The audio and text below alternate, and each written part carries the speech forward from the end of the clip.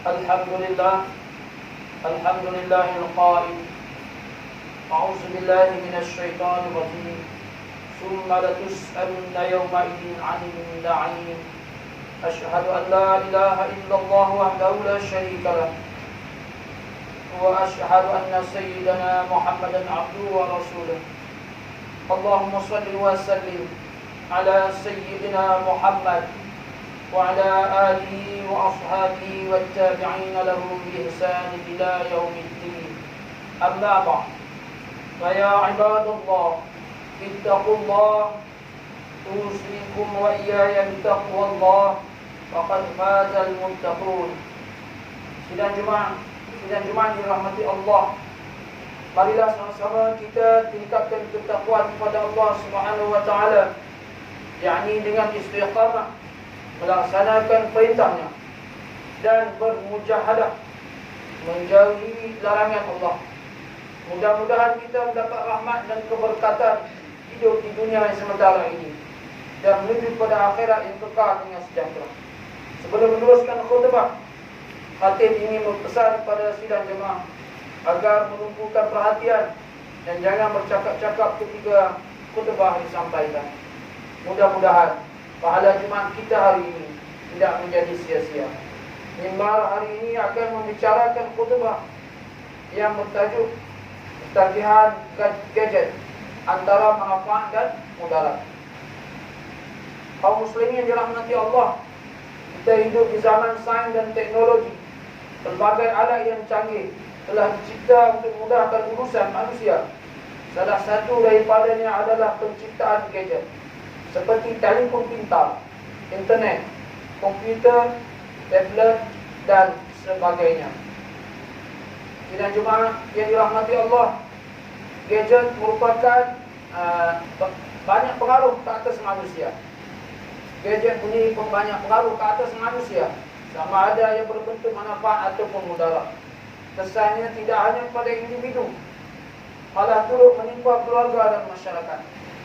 Dalam hal ini, kita perlu merujuk Al-Quran dan hadis Nabi SAW agar cara kita menggunakan gadget tidak menjalani petunjuk wahyu.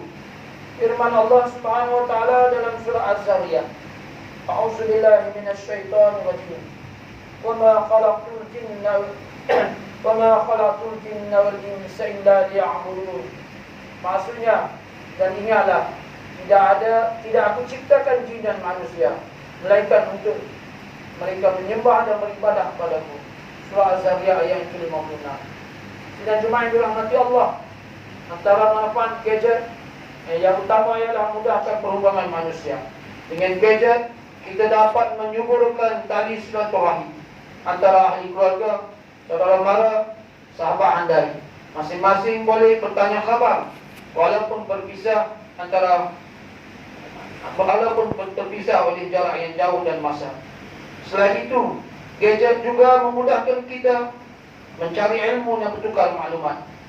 Dengan kewujudan Facebook, Twitter, WhatsApp dan lain-lain, dunia seakan-akan di hujung jari kita. Pelbagai berita dan peristiwa yang berlaku di seluruh dunia dapat kita ketahui dengan mudah dan cepat. Lebih-lebih lagi pada waktu ini, kita sedang diuji dengan wabak COVID-19 sebagai urusan kerja dan pembelajaran terpaksa dilakukan secara atas talian. Pada waktu inilah fungsi gadget amat diperlukan sebagai alternatif ataupun pilihan untuk mencari ilmu dan mendapatkan berita. Kaum muslimin yang dirahmati Allah, walaupun pelbagai gadget telah dicipta untuk mendekatkan yang jauh, namun terdapat pula isu yang telah menjauhkan yang dekat. Inilah mudarat pertama akibat ketagihan gadget. Kita semakin kurang berkata-kata. Akibatnya hubungan dalam rumah tangga mulai hilang kemesraan. Ada suami isteri yang berada di tempat yang sama, mereka gembira dan ketawa, tapi bukan bersama-sama pasangan. Sebaliknya kerana terhibur menatapkan skrin di gadget masing-masing. Yang pula meja sebuah keluarga di kedai makan, ibu bapa dan anak-anak sudah tidak berbual, lidah mereka diam, hanya tangan yang ligat berkata-kata di media sosial. Masing-masing tenggelam melayari Facebook, WhatsApp dan lain-lain. Yang keduanya, ketagihan gadget ini merugikan waktu seseorang sehingga mengabaikan tanggungjawab bekerja dan menuntut ilmu. Lebih buruk lagi, gadget menjadikan pintu pada dosa dan maksiat. Contohnya, melihat perkara-perkara yang haram, curang pada pasangannya, atau ke tahap yang melalaikan sebuah ibadah, seperti melambat-lambatkan atau meninggalkan solat. Ketiganya, gadget juga boleh menyebabkan kemalangan jalan raya jika digunakan semasa memandu. Bukan sedikit kerugian ditanggung akibat kecuaian, dan lebih menyedihkan jika nyawa menjadi korban. Yang keempatnya, gadget juga kerap menjadi alat penyebaran berita palsu, hadis palsu, fitnah-memfitnah, buli cyber dan sebagainya. Itulah antara mudarat yang akan berlaku jika kita menggunakan gadget secara berlebihan dan tanpa kawalan. Manfaatnya akan hilang, lalu memudaratkan individu, hubungan keluarga, dan seterusnya kehidupan bermasyarakat. Sidang jemaah yang dirahmati Allah, sebelum mengakhiri khutbah yang pertama ini, marilah kita sama bermuhasabah, muhasabah diri kita. Nilai semula cara kita menggunakan gadget dalam kehidupan. Kawal dan hadkan masa dengan gadget itu. Letakkan berapa peraturan, seperti berhenti bermain gadget ketika makan dan berbual dengan orang lain, dengan ibu bapa. Periksa gadget anak-anak, untuk ibu bapa pula beri perhatian yang sepenuhnya. Periksa gadget anak-anak kita secara berkala. Pastikan ahli keluarga kita tidak terjebak dengan gejala negatif yang merosakkan.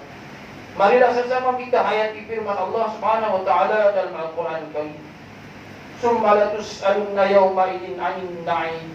Sesudahnya pada hari ini kamu pasti akan ditanya tentang segala nikmat yang telah kamu nikmati dahulu.